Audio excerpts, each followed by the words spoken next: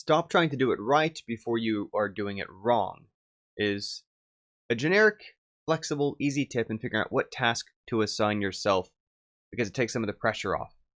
When we build it up like we have to do it correctly the first time, we get stuck.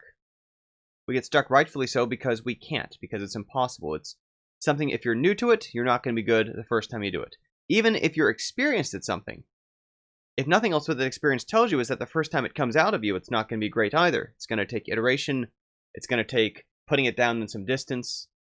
And there's a lot of different ways we can apply this together and thread this together. So courses material is one of my productivity videos, so I'm tying it to my self-command material, which is at the gist, it's a whiteboard where you write down what you're doing, some ways around how we make that better and more productive and successful for ourselves. But one of the tips that's recommended in there is this idea called ticking placeholder. But ticking placeholder basically means that rather than put a ton of pressure on myself to get it right and figure out exactly what series of steps will get it right, I give myself a very short time window, 15 minutes, half an hour, whatever, for just getting something down. Slopping out, vomiting out, unplanned, just get something down. And this applies if I'm drawing art, this applies if I'm making sound effects, this applies if I'm making YouTube videos, this applies if I'm trying to figure out copywriting for a sales letter. Whatever the task is that's at hand, it's to say that rather than my current pressure of I need to get this right, this is really important. It takes the pressure off by first making a sloppy, bad, quick version. And thereafter, I've got kind of a dual thing going on. One is that I have sort of this like soft, the reason why it's called ticking placeholder, it's like a little ticking time bomb. If I don't have something better to show by my actual real deadline, then that's the version I'm going to have to show. Which isn't thrilling, and we want to do better than that. But because it takes the pressure off, now instead of our comparison point being, how do I do something that's amazing on my first shot, instead it becomes, can I do something better than the thing I slopped out? And of course you can, because you're not rushing it and slopping it out. Other versions of this that aren't just about this ticking placeholder model can include putting it down to then clean it up. Right? Part of ticking placeholder sometimes assumes that you're kind of starting over, but you really can, in many cases, get decent results by putting down something that is not quite chaotic, not quite random, but just down, and then through iteration, through polish, have something better to show. The entire genre of casual games has largely evolved from things that, frankly, from the outset, were not particularly spectacular, but sufficiently polished, turned out to have tremendous value to people. Very real value that people were willing to pay for, put time into, have fond memories of, if you put it through the right process.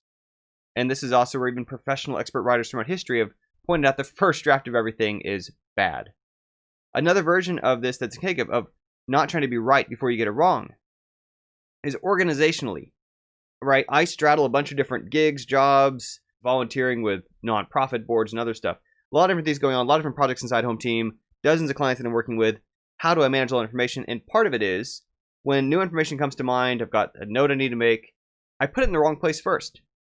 Because it's not always efficient for me to, first and foremost, immediately go to my any version of a filing cabinet, my workflowy, my Trello, my actual filing cabinet, and then instantly put it where it goes. That might seem efficient, but every single time an idea comes up, there's 100 different places that might go. No, it's better I put it in a single bin of stuff to sort at the end of the day. Of a place just to stash it for now, to get it out of my head, to get past it. Because again, it's good to be wrong with an organization before I get it right. Another place is thematically is applicable in trying to figure out how to assign ourselves things to do, and kind of as my teaching approach in a way that differentiates what I do from much more dogmatic approaches out there, is that for a lot of material that we're working on learning, I encourage doing what by someone's definition is the wrong way to do it first. The more brute force way, the more blunt way, the simpler approach, the naive way of doing it.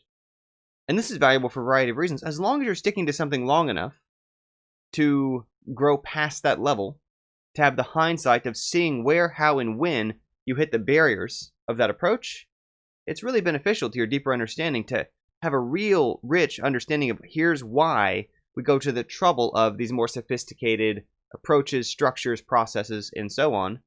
Because I've seen where, how, and when we bumped up against the limitations of what we could do doing it the naive, the simple, the basic way. And again, this doesn't just mean that there's a right and wrong way to do it, but what it does mean is that when you're trying to learn something, you worry about, am I doing this right? You're asking the wrong question.